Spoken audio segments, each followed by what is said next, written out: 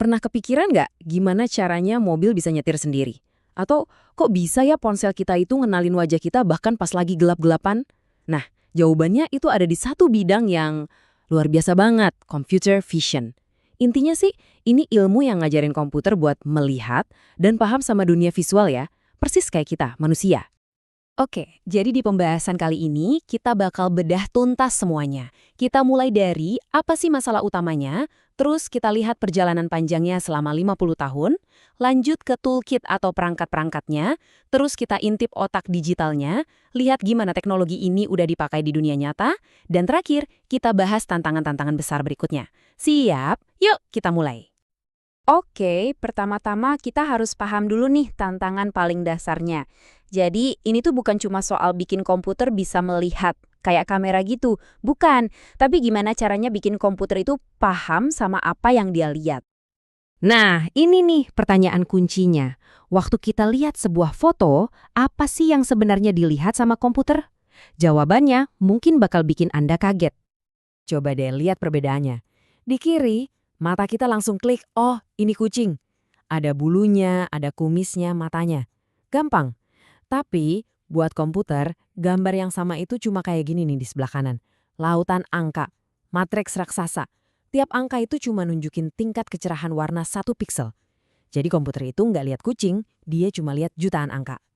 Nah, jurang pemisah antara kucing dan jutaan angka inilah yang disebut kesenjangan semantik. Dan misi utama dari computer vision ya, menjembatani jurang ini. Dan usaha buat menjembatani jurang ini, wah, itu bukan perjalanan yang gampang. Ini adalah sebuah perjuangan panjang yang udah berlangsung lebih dari setengah abad. Semuanya itu berawal di tahun 1966. Waktu itu ada seorang profesor di MIT yang mikir, ini sih proyek musim panas gampang. Ternyata salah besar. Puluhan tahun kemajuannya lambat banget, cuma fokus ke deteksi garis-garis tepi sama bentuk-bentuk simpel.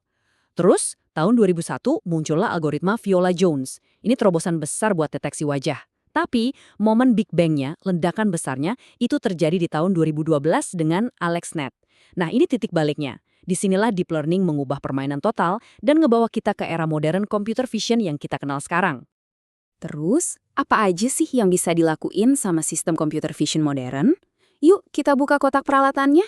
Isinya itu ada beberapa alat utama yang tersusun dari yang paling simple sampai yang paling canggih. Kita mulai dari level paling dasar, klasifikasi. Tugasnya cuma satu, jawab pertanyaan, ini gambar apa? Udah, gitu doang. Nah, kita naik satu level ke deteksi. Ini lebih pintar. Dia nggak cuma nanya apa, tapi juga di mana. Jadi, objeknya apa dan lokasinya di mana. Dan puncaknya, ini yang paling detail, adalah segmentasi. Di sini, komputer benar-benar paham bentuk presisi tiap objek, sampai ke detail piksel per pikselnya. Oke, kita bahas klasifikasi gambar dulu ya. Ini tugas yang paling fundamental. Anda kasih satu gambar, sistemnya ngasih satu label buat seluruh gambar itu. Titik, sesimpel ini kucing. Naik level, kita ke deteksi objek. Di sini sistemnya nggak cuma bilang, ada kucing, tapi dia juga ngasih kotak pembatas di sekeliling kucingnya buat nunjukin lokasinya. Algoritma-algoritma keren kayak YOLO, singkatan dari You Only Look Once, bisa ngelakuin ini super cepat dan akurat. Dan inilah puncaknya, segmentasi semantik.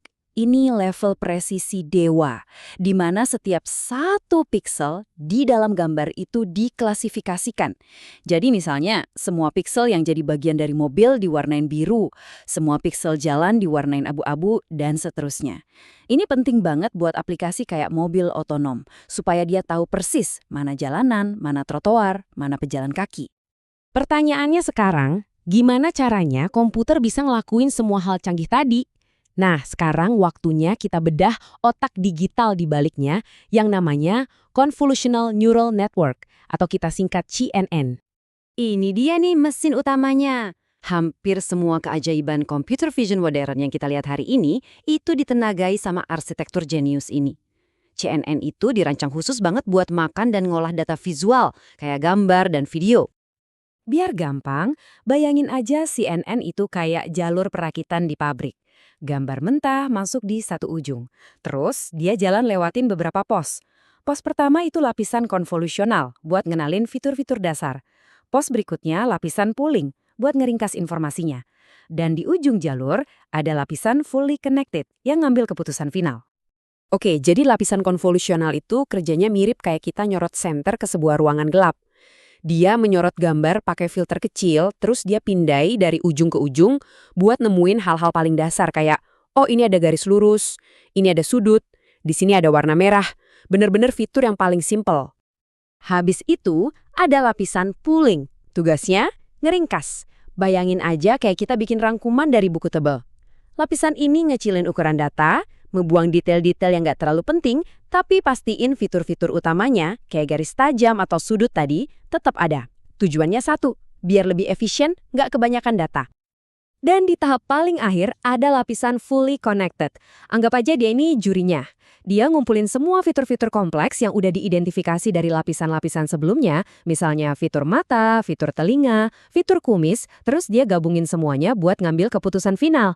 Lapisan inilah yang akhirnya ngasih vonis, oke, berdasarkan semua bukti, saya 80% yakin ini kucing dan 20% yakin ini anjing. Oke, teorinya cukup. Sekarang, mari kita lihat gimana teknologi super canggih ini udah mengubah dunia kita di kehidupan nyata. Sekarang juga. Serius deh, teknologi ini tuh ada di mana-mana. Di mobil ada di fitur self-driving sama lane assist. Di dunia kesehatan, dia ngebantu dokter baca hasil X-ray dan CT scan. Di toko ada di kasir otomatis kayak Amazon Go.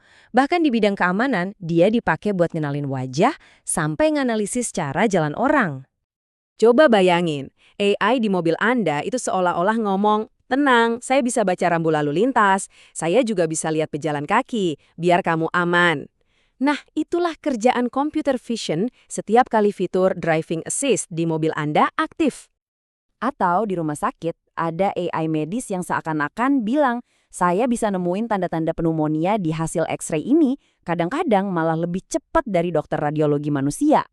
Dan ini bukan fiksi ilmiah loh, ini teknologi yang beneran bisa menyelamatkan nyawa. Tapi perjalanan ini belum selesai. Walaupun teknologinya udah canggih banget, masih banyak banget tantangan besar yang harus dipecahin sama para peneliti dan developer zaman sekarang. Ada 3 tantangan utamanya. Pertama, serangan adversarial. Ini kondisi di mana AI bisa dikibulin dengan perubahan super kecil. Contohnya, cuma nempelin stiker di rambu stop, AI-nya malah ngebaca itu sebagai rambu batas kecepatan. Bahaya kan? Kedua, masalah bias data.